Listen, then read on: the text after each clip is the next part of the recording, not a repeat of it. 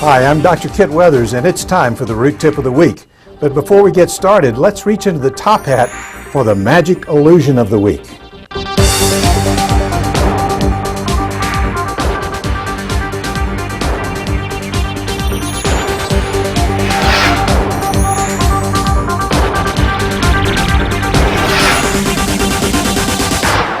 Hi, I'm Dr. Kit Weathers, and once again, it's time for the magic trick of the week.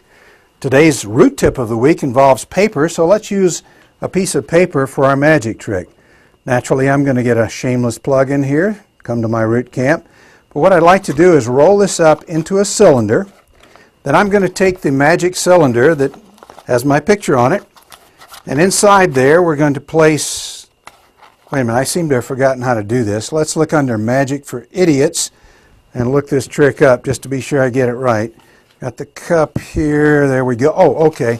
Yeah, what I do is I put the cup inside the paper cone. No, that's not right. We put the, we pour the solution inside the paper cone first. That's what we do. Like that. And then, no, wait a minute. It says here, before you pour solution in, place the cup inside of the paper cone, so I made a little bit of a mistake.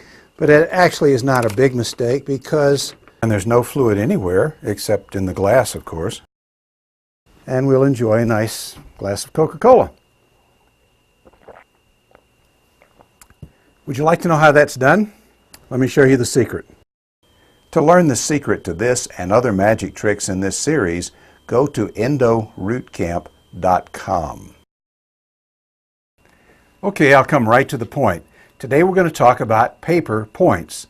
Now I am reading the paper, but that's not the point. Well, the point is, when we look through the paper, there's really not much in there. Well, that's important, but let's get right to the point and talk about dental paper points.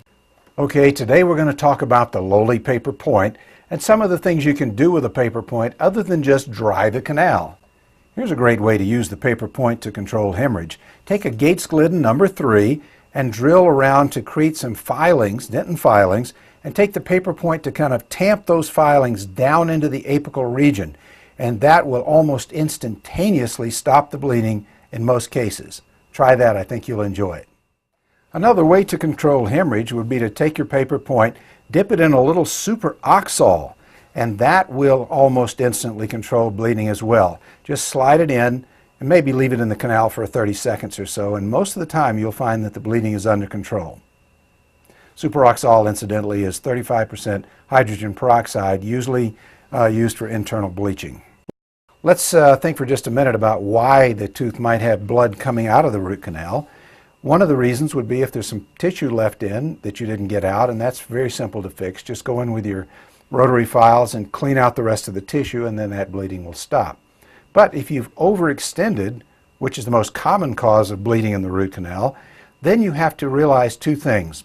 One, you're going to have to shorten up your working length, move a little bit further away from the apex because you've gone too far. You didn't trust your apex locator. And you're also going to have to remember that in this particular case, you're going to have to measure short, create a new working length. And how do we do that? Just take a small paper point, slide it in the canal about 3 millimeters short of what you think the working length would have been. And then look at the tip and see if there's any red stuff on the end. At that point, slide it 2 millimeters from the apex. Check again. And then keep getting a little bit closer at a time until you finally have that tiny little pinpoint drop of red on the end of the paper point, and that's your new working length. Incidentally, when we use the paper point for its intended purpose, and that's to dry the canal, how do you know when you've gotten the canal completely dry? One little trick I like to use is to take the paper point and drag it across the rubber dam just a little bit and see if the tip bends and see if it leaves a little trail where you wipe it across the dam. If either one of those happens, that means you're not quite dry and you need to try a couple of more paper points. Remind me next week to tell you about another way to control hemorrhage, and that's with Ultradent Capillary Tips. Works great. Bye. Well, that's it for another Root Tip of the Week. I'm Dr. Kit Weathers, inviting you to register at EndoRootCamp.com for free videos and special reports you can't get anywhere else. Meanwhile, I will see you at our next EndoRoot camp.